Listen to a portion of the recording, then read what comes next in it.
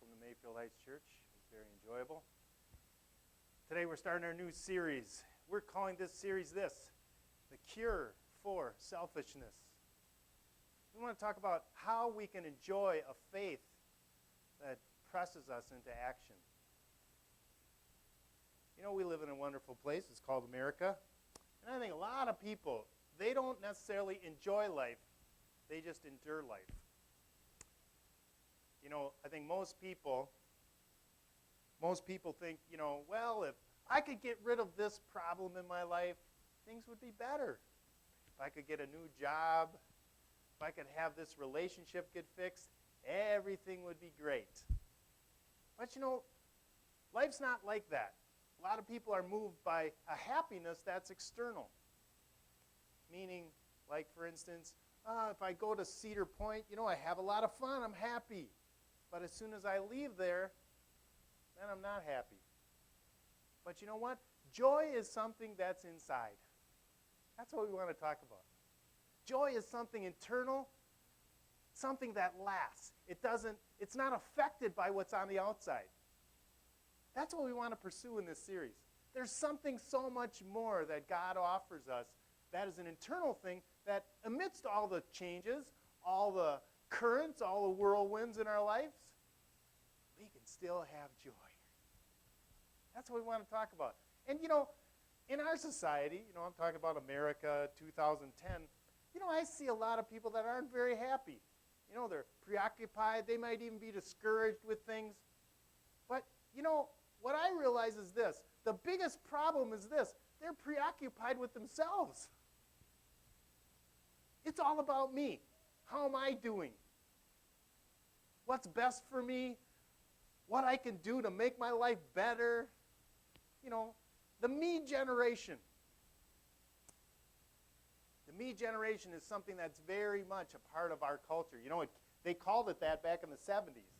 But you know what? Today we have children that from very young age, they're taught about how to have good self-esteem and they have more opportunities, and they're told the sky's the limit. You can do whatever you want. You can reach for the stars. Isn't that our children today? Boy, yeah. Oh, yeah. They are told they can reach for the stars. And it's true. They should reach for the stars. But I'll tell you what. Today, there's more loneliness, depression, cynicism than ever in our history. It's not about you. It's not about me. So there's a preoccupation with self. But the Bible tells us that the essence of sin is to be occupied with yourself. That's what we want to talk about. Today, the real answer is this. We have to answer this question, each of us. Who is at our center? Is it me or is it God? You see, when you talk about life, you've got to talk about God. Because He's the answer to life. He's there in the beginning. He'll be there in the end. It's all about God. It's not about us. Yet we live in a culture that very much appreciates being self-reliant. Don't Americans like being self-reliant? I mean, that's almost epitomizes Americans. Independent, we're free, right? That's an American thing.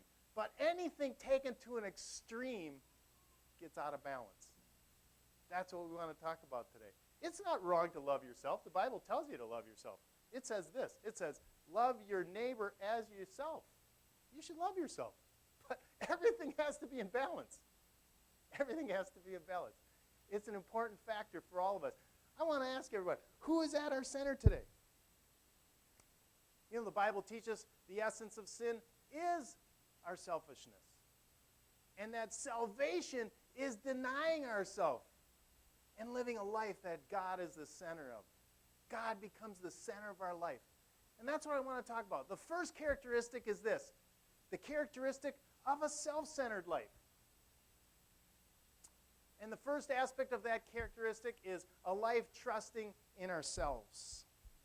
If you would turn to your program, could we read together Genesis chapter 3, verses 1 through 6 together, please? 1 through 7. Can we read it together? Now the serpent was more cunning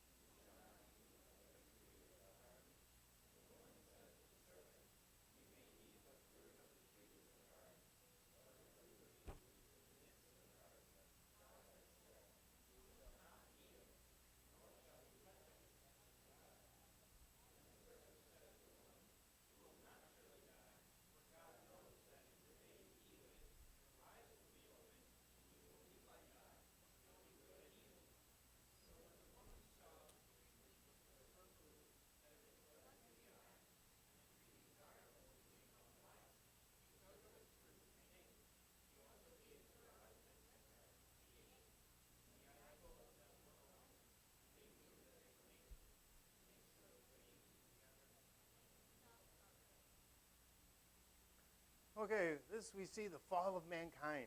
You know, and it's a great example of trusting in yourself. You know, the picture is paradise lost. You know, they were in a place called Eden. The word Eden means pleasure. Everything was there. You know, you think about it. It's beautiful. You know, the whole garden is there for them.